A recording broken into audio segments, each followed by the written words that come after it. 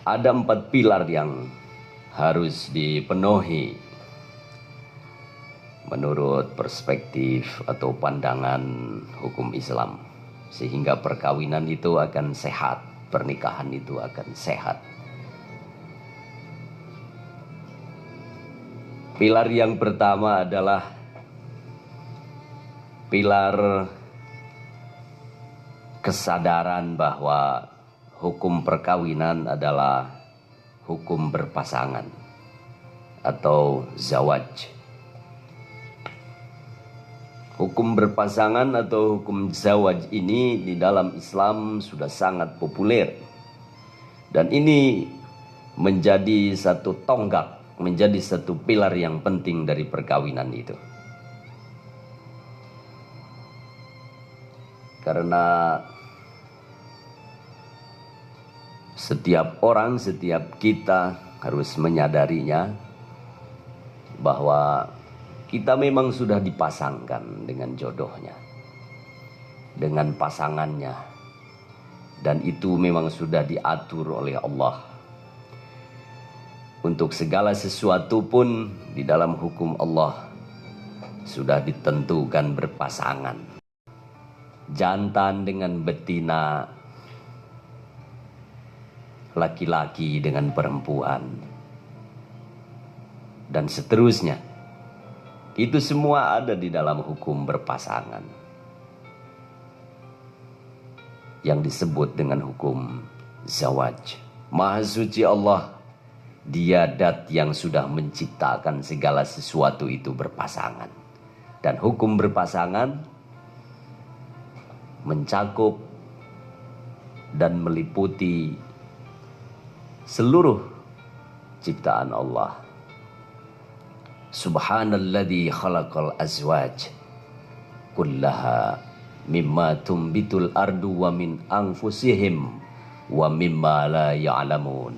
Begitu di dalam Al-Qur'anul Karim dinyatakan sebagai sebuah hukum yang memberikan pengantar kepada kita bahwa segala sesuatu itu ada di dalam hukum berpasangan atau zawaj. Dan ini, hukum ini harus disadari sepenuhnya oleh siapapun yang berkehendak untuk melangsungkan pernikahan dan membina pernikahannya sebagai sebuah pilar yang penting, bahwa hukum perkawinan adalah berpasangan.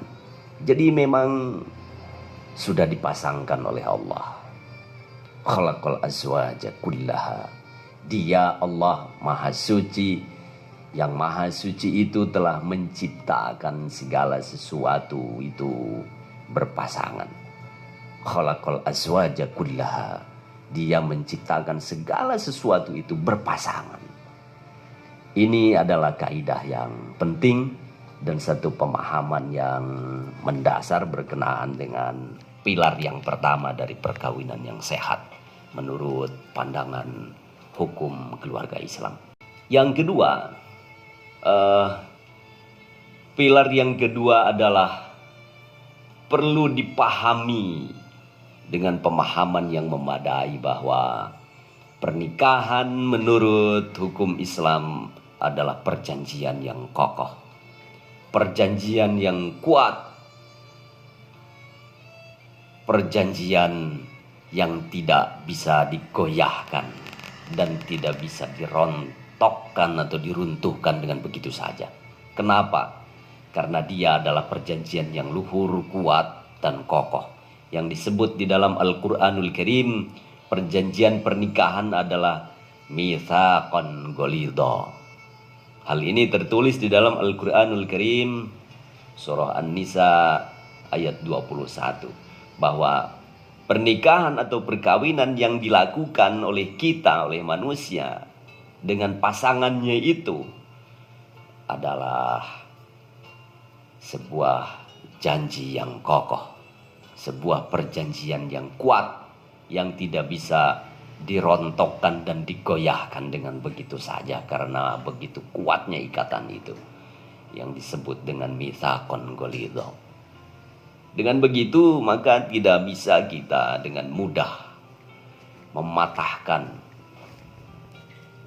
mencopot atau memudarkan ikatan itu, merusak ikatan itu dengan semena-mena dan sewenang-wenang. Tidak bisa.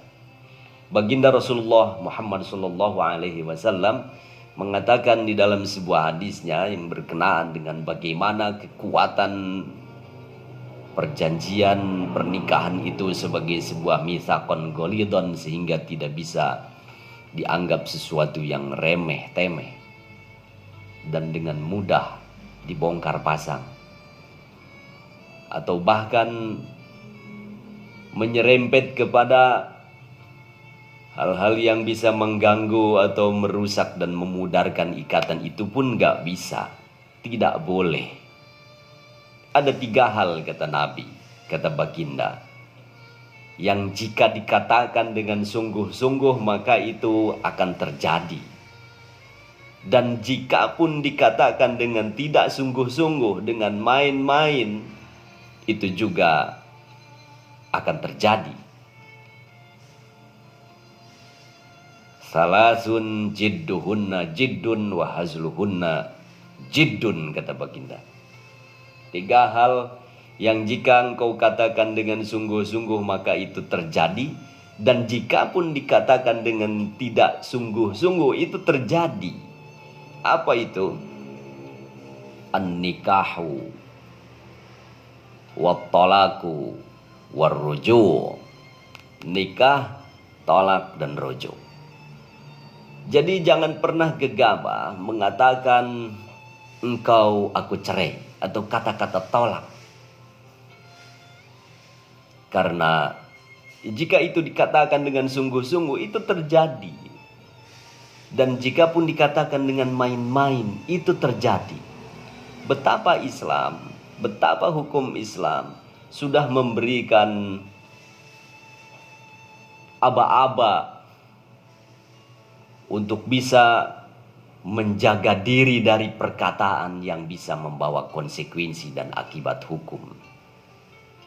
Hatta dengan main-main sekalipun itu tidak boleh dikatakan. Islam memberikan pengarahan agar kita tidak gegabah sembarangan untuk mengatakan kata cerai atau tolak kepada pasangan kita. Misal seorang suami dengan mudah dan entengnya mengatakan, kamu aku cerai, kamu aku tolak. Itu tidak bisa. Dan janganlah pernah masuk pada perkataan itu, karena itu akan membawa akibat dan konsekuensi hukum. Sehingga jangankan sungguh-sungguh, main-main saja itu terjadi. Hazluhunna jiddun, mengatakan dengan main-main saja, dengan tidak sengaja terhadap 3 hal tadi, tolak, cerai, dan rujuk, maka terjadilah itu. Nah, ini adalah satu isyarat bahwa kekokohan perjanjian antara suami dan istri itu perlu disadari dan dimaknai dengan benar. Sehingga perjanjian luhur antara 2 insan yang mengikat diri di dalam pernikahan yang suci itu betul-betul tahu bahwa yang membuat dia terikat dan bersatu adalah tali yang kuat yang tidak bisa diputuskan dengan begitu saja. Sehingga disebut sebagai mitsaqon ghalidhon. Ini adalah pilar yang kedua, mitra FM sekalian, yang harus kita sadari. Yang ketiga, pilar perkawinan itu adalah adanya sikap dan hubungan yang baik di antara suami dan istri. Suami dan istri perlu menyadari dan mengetahui bahwa perkawinan harus dibangun dengan sikap dan hubungan yang baik. Hubungan yang baik atau pergaulan yang baik di antara suami istri ini adalah pilar yang penting, nomor 3. Dan itu di dalam fiqhul munakahah dikenal dengan istilah muasyarah bil ma'ruf, pergaulan yang baik, hubungan yang elok di antara suami dan istri, hubungan yang indah di antara suami istri. sehingga melahirkan interaksi dan tata pergaulan yang menarik, yang artistik, yang mendalam, intim, hangat, dan mesra. Mengapa? Karena ini menjadi esensi, menjadi inti dari hubungan antara suami dan istri. Sehingga hubungan timbal balik di antara keduanya akan menimbulkan kehangatan dan positivisme yang spesifik. Nilai-nilai kemaslahatan yang luar biasa antara suami dan istri sehingga menimbulkan kepenuhan dan kepuasan batin atau rohani yang mendalam di antara keduanya, suami dan istri. Karena apa? Karena pergaulan di antara keduanya yang baik, sikap dan hubungan yang baik, dan interaksi di antara keduanya yang intim, mesra, dan hangat. Ini adalah pilar yang tidak bisa disingkirkan. Pilar ini harus ada dan hadir karena ini justru menjadi esensi dari pernikahan itu. Esensi dari perkawinan itu. Mitra sekalian, pilar yang keempat adalah bahwa perkawinan harus dikelola dengan prinsip musyawarah. Ini adalah pilar yang penting, dan setiap suami dan istri, setiap keluarga Islam harus memahami betapa bahwa musyawarah itu menjadi bagian dari pilar perkawinan yang tidak bisa diabaikan. Dia harus ada dan dia harus terlaksana. Suami dan istri harus bermusyawarah, bertemu, berbicara, dan menyatukan kepentingan, menyatukan diri, menyatukan pandangan, sehingga bisa dicari mana yang disepakati dan lebih baik bagi semuanya. Baik bagi istri, baik bagi suami, baik bagi keluarga, dan baik bagi semuanya. Itu hanya bisa didapat lewat proses musyawarah. Jadi musyawarah itu bukan hanya urusan kenegaraan dan kemasyarakatan belaka, tapi musyawarah itu adalah satu resep dan konsep yang memang dianjurkan dan disodorkan oleh Islam untuk juga diterapkan di dalam kehidupan keluarga, di dalam perilaku yang harus dilembagakan di organisasi terkecil atau unit terkecil dari masyarakat yang bernama keluarga. Dan ini harus dilakukan oleh suami dan istri atau anggota keluarga. Bila mana pernikahan dan perkawinan itu ingin ajeg dan ingin kuat serta sehat, maka musyawarah harus menjadi pilarnya. Wa amruhum syura bainahum.